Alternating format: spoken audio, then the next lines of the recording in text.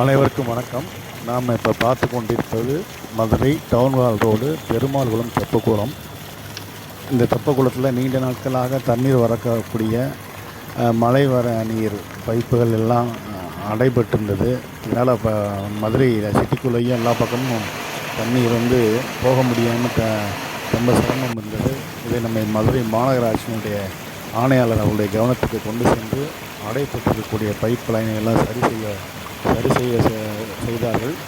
அதன் பின்பு இப்போது டன்னர்கள் தேட்டர்கள் அதிக அளவில் தேங்கக்கூடிய அந்த தண்ணீரை இப்போது நேரடியாக இந்த டவுன்ஹால் ரோடு பைப்பு லைனுக்கு திருப்பி இப்போ அந்த பகுதியில் இருக்கக்கூடிய அத்தனை தண்ணீர் இப்போ வடிகிறது.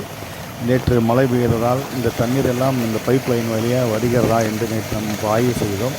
அந்த ஆய்வில் எல்லா பகுதியிலுமே இருக்கக்கூடிய தண்ணீர் இது மாதிரி தெப்பக்குளம் பெருமாள் கோயில் தெப்பக்குளத்தில் விழுவதை பார்க்கிறோம். இந்த அரிய காட்சியை தங்களுக்கு சமர்ப்பிக்கிறோம்.